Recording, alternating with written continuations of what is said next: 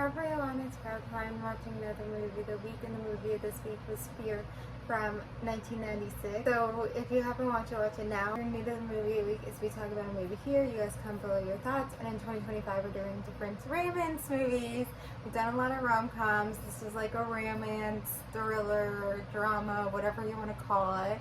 So we're doing a variety of things. Also, I actually have a mild concussion right now. So if I seem a little like spacey or like not thinking properly, that's why. I hit my head now 4-5 days ago. So I waited some time to do this, but I like knew I had to do the video, like I have to do this. So this is my second time watching the movie, and I think the first time I watched the movie is because I like heard some specific scenes online, you know, like the roller coaster scene, and then when he goes like this. Also, like, I've seen a lot of Reese Witherspoon movies. Not like a big fan, but like I'm a little fan of hers. I guess I've seen Mark Wahlberg movies too.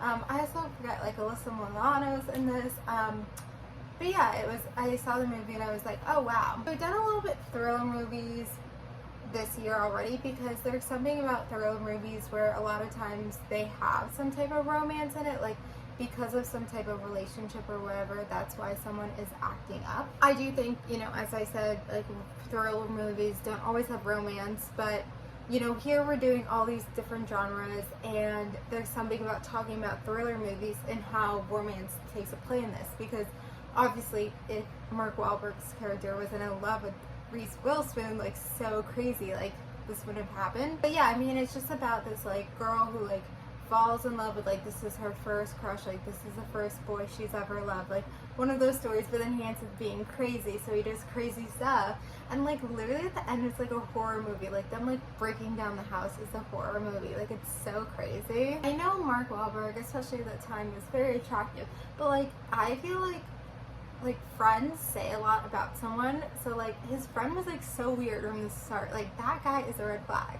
So like, shouldn't that make you like aware at all? And so the fact that also Alyssa Milano's character was like so into his friend, like his friend was weird. Like I always feel this way when I go out and I'm like, okay, like a cute guy, like whatever, but then his friend that's with him is like weird or whatever, like that's a sign that like it's like who you surround yourself with. Like there are signs earlier, and like I think she was just so in love with him, or he was just kind of hiding it, that like, you know. But that's the point of like the horror movie element of it, is because like her dad picked up on the signs like a little bit earlier, and it's like, okay, like you know, he like changed her clock time, he's like, you know, saying these things, or like, you know, being weird in a way, but like maybe, you know, like that can't really say something. So that's why it's a little bit horror like. Also something too that the story did is like, it's not like they're a perfect family, you know, like they have their issues, you know. It sounds, you know, it's a blended family, like stepmother and that stuff, and like, you know, they're fighting and there's some issues